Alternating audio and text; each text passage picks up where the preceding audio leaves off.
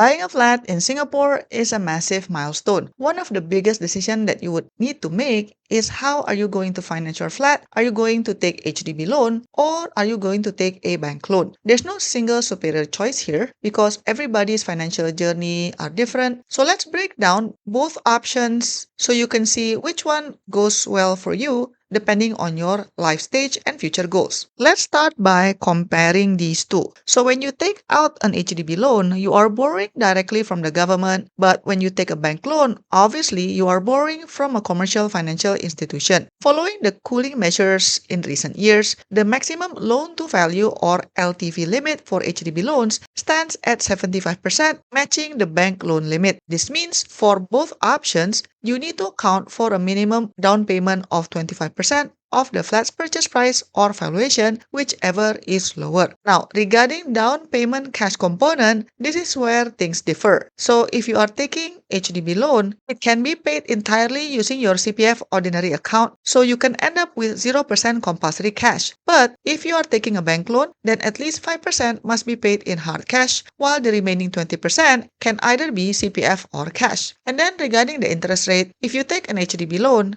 then the rate would be fixed. But then if you take bank loan, it depends on your package. It could be variable or it could be fixed packages. But in general, the rate is slightly lower versus the current HDB loan rate. And then regarding early repayment penalty, HDB loan will not give you any penalty if you want to pay earlier. But if you're taking bank loan, usually there's a penalty for early repayment. The amount will depend on your agreement. For example, it could be 1.5% of the prepaid amount if done within the lock-in period, etc. But again, this can be very different depending on the bank loan agreement that you sign. And then regarding late payment. So people say that in general, HDB will take a more empathetic approach, such as focusing on financial counseling and also restructuring, or maybe advising you to take smaller flat, etc. So there's more compassion, but it's not unlimited. Now, with bank loan, obviously, it will be more strict. It is guided by commercial terms and standard financial market protocols because, as you know, bank is private financial institution, so they want to make money also lah. So if you are paying late, bank in general would be less merciful versus HDB. So what are the benefits of taking HDB loan? HDB loan is often considered a reliable starting point for many Singaporeans. Its biggest selling point is not necessarily being the absolute lowest rate on the market, but the unique safety net and structural convenience it provides. Number one, the fixed rate is very predictable. Currently, it stands at 2.6%. The HDB loan interest rate is pegged at 0.1% above the prevailing CPF OA interest rate. Because the current CPF OA rate is at 2.5%,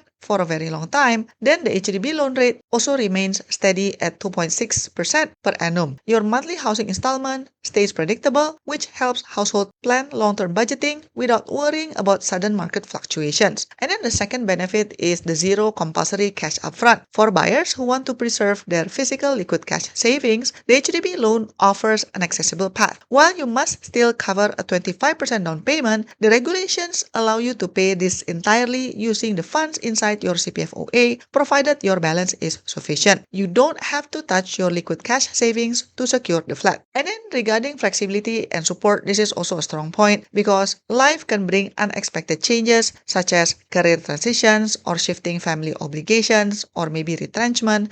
HDB is known for taking an empathetic approach toward public housing homeowners facing genuine temporary financial difficulties.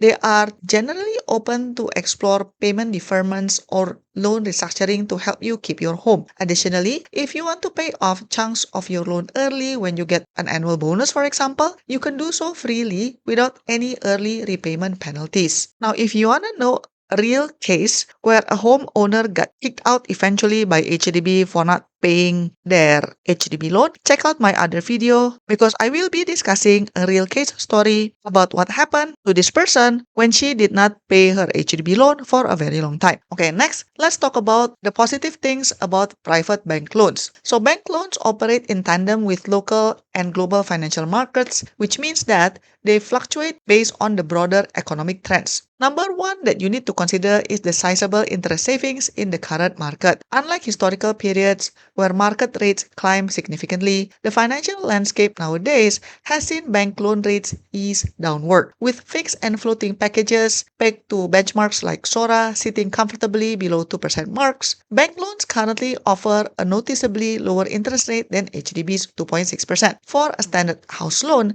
shifting to a bank loan right now can translate into substantial monthly savings on your mortgage installments. But then there's another factor that you need to consider, which is the 5% hard cash requirement. The main consideration with a bank loan is the upfront cash barrier. Even though the overall down payment requirement is identical to HDB at 25%, the law requires that at least 5% of the property value must be paid in physical cash. For a $500,000 flat, for example, that means you must cough up $25,000 in liquid cash ready to be paid out from your bank account right at the beginning. The remaining 20% can be covered by your CPF OA or cash. Another thing to consider is active management and lock-in period. Bank loan packages typically feature a lock-in period, typically between 1 to 3 years. During this time, making major adjustments or switching banks triggers penalty fee. Once the lock-in period ends, your interest rate may step up to a much higher standard floating rate. To keep your costs optimized, you would need to be proactive about repricing, which means basically switching to a new package with the same bank, or refinancing, which is moving your loan to a different bank every few years. So, which path would be the best for you? Rather than viewing one option as universally better than other, it is more practical and pragmatic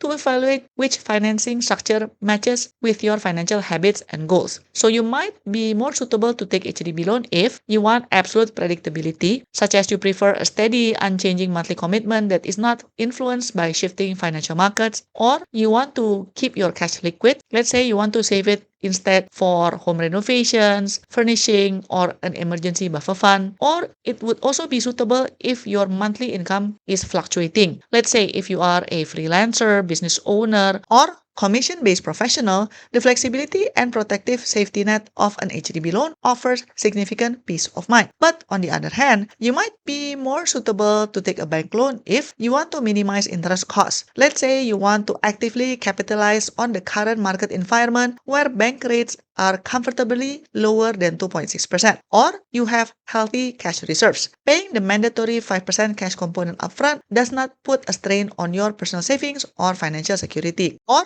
you are comfortable reviewing your finances every several years. Let's say if you don't mind spending a small amount of time every couple of years to handle refinancing paperwork or to ensure that you get competitive rate, then taking a bank loan might be suitable for you. But there is one thing that you really need to take note, and it's very important, which is if you take HDB loan and let's say sometime down the road you decided to switch to bank loan, then please note that you will never be able to take HDB loan again. So you cannot switch back. Because of this rule, many first-time buyers choose to take advantage of the HDB loan's flexibility and lower cash requirements at the very beginning. Once their household income and career path stabilize, then they can make a calculated permanent move to a bank loan to trim down their remaining interest costs with more confidence. If you want to know whether HDB will actually kick you out if you cannot pay HDB loan, check out my other videos because I will be discussing a real case study of someone who did not pay their HDB loan for a couple of decades. And the ending might actually surprises you. Again, please check out my channel exclusive for members only. Thank you so much for watching and I'll see you in my next video. Bye bye. To support my work, you can give a one-time tip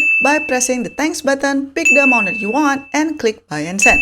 Or you can also press the join button for exclusive contents and monthly membership.